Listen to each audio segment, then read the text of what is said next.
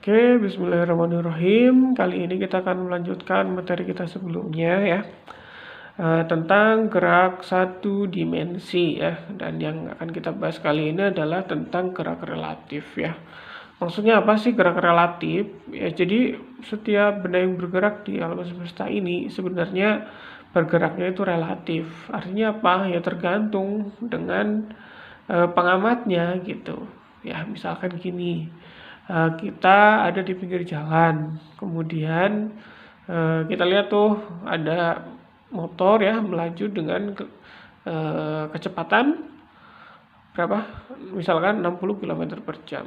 Kemudian oh ya dari kita menurut kita ya dia punya kecepatan 60 km per jam gitu kan. Tapi misalkan ada mobil yang bergerak dari arah sebaliknya gitu kan, dari arah sebaliknya dengan kecepatan tertentu kan, dengan kecepatan tertentu, maka menurut pengamat yang ada di dalam mobil ya itu si pengendara motornya itu bukan 60 km per jam seperti yang kita lihat gitu. Menurut orang yang berkendara di mobil itu beda lagi kecepatannya. Berarti ya kecepatan itu ya relatif ya, tergantung siapa yang mengamati, begitu kan gitu. Oke, ya misalkan ini ya, ada apa, kereta ya, kereta kemudian dia melaju dengan kecepatan 60 km per jam ya. Kemudian di dalamnya ini ada orang ya yang berjalan itu dengan kecepatan 5 km per jam ya. Nah, menurut si pengamat yang ada di luar ya, menurut pengamat yang ada di luar, oke, berapakah kecepatan si orang ini gitu? Berapa coba? Ya, pasti kan gini. Kecepatan kereta kan ditambah dengan kecepatan si orang ini berjalan gitu ya. Ya, katakanlah di dalam ini ada penumpang lain lah yang sedang duduk ya. Menurut penumpang yang di sini mungkin si orang ini berjalan 5 km per jam. Tapi menurut orang yang ada di luar itu enggak 5 km per jam gitu ya. Oke, jadi kurang lebih begitulah gerak relatif itu ya. Kalau misalkan ini adalah pengamat ya yang ada di luar, kemudian ini adalah orang yang berjalan yang ada di dalam, dan ini adalah keretanya ya, ketika kita kasih simbol K ya. Nah, kecepatan orang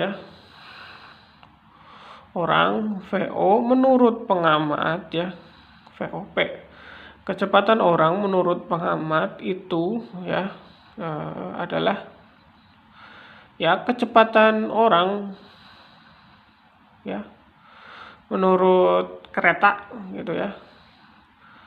Orang menurut kereta ya, OK lah gitu kan, ditambah dengan kecepatan kereta menurut pengamat gitu kan ya.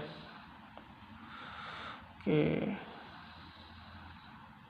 ya, kecepatan orang menurut pengamat ya itu adalah kecepatan orang ya, kalau kita runut ya, kecepatan orang menurut kereta ditambah dengan kecepatan kereta menurut orang gitu ya, maka dia berapa, 5 km per jam ya, akan ditambah 60 km per jam ya. Maka kecepatan relatif si orang yang ada di dalam menurut pengamat yang ada di luar ini adalah berapa, 65 km ya per jam gitu ya. Ya, kurang lebih seperti itu tuh yang namanya gerakan relatif ya. Ini untuk kecepatan sih ya, ini untuk kecepatan dulu. Nah, kecepatan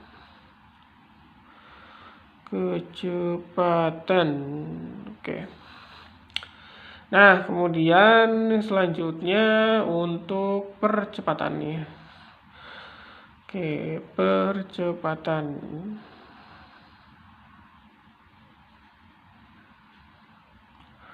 Oke, apakah ada percepatan relatif? Ya, ada juga ya percepatan relatif ya. Nah, contohnya bagaimana ya? Gini, ya, misalkan ada apa sih lift ya, di dalamnya mungkin ada orang gitu kan. Ini lift ya, kurang lebih seperti ini. Kemudian ini ada talinya ke atas gitu kan. Nah, katakanlah si lift itu ya sedang bergerak ke atas gitu kan, dengan percepatan A gitu ya, dengan percepatan A. Berarti apa? Percepatan lift ya menurut pengamat yang ada di luar ya. Katakanlah di sini ada orang lah di sini. Pengamat ya, P. Nah, ini lift ya. Lift. Jadi percepatan lift menurut pengamat itu adalah A gitu ya. Nah, kemudian misalkan di dalam ini ada orang gitu kan. Ada orang gitu ya. Kemudian menjatuhkan apa? Suatu bola lah katakanlah ya. Menjatuhkan suatu bola dalam lift gitu ya. Nah, maka ya karena dia menjatuhkan bola di dalam lift ya berarti kan dia punya apa? Punya percepatan gravitasi aja gitu kan ya, percepatan gravitasi. Nah, jadi percepatan bola ya menurut pengamat yang ada di luar ya, itu adalah percepatan gravitasi ya, G gitu kan ya. G. Tapi ini kita kasih min ya karena dia G itu kan arahnya ke bawah. Oke. Ya, jadi gini, percepatan apa? Lift ya. Lift menurut pengamat ya, lift menurut pengamat itu adalah A, katakanlah seperti itu ya. Kemudian percepatan bola ya, percepatan bola menurut pengamat gitu kan ya, itu adalah min G ya, karena ya percepatan gravitasi kan arahnya ke bawah gitu. Nah, berapa gitu kan, misalkan percepatan si bola ini menurut menurut lift gitu, menurut orang yang ada di lift ini gitu kan, percepatan bola menurut lift ya, atau orang yang ada di lift ini itu berapa gitu. Oke, ya hubungannya sebenarnya sama ya, seperti yang di sini. Kita akan runut gitu. Jadi begini, percepatan ya bola menurut pengamat ya itu adalah percepatan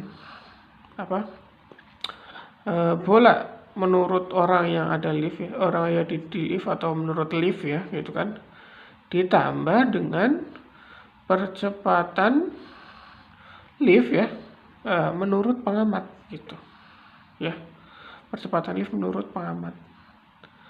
Jadi kalau ditanya percepatan bola menurut lift gitu ya, menurut orang yang ada di lift gitu kan, ya bolanya dijatuhkan dengan percepatan berapa gitu kan menurut orang yang ada di lift gitu kan, ya berarti bisa gini, A ya, percepatan bola menurut orang yang ada di lift itu adalah, oh ya ini saya lupa nih pakai ini ya, pakai panah karena ini adalah vektor gitu ya. Berarti A gitu kan, bola menurut pengamat gitu kan, dikurangi dengan percepatan ya lift menurut pengamat gitu kan ya, gitu ya. Nah, ini pindah terus ke sana sebenarnya ya. Oke, maka jadinya apa?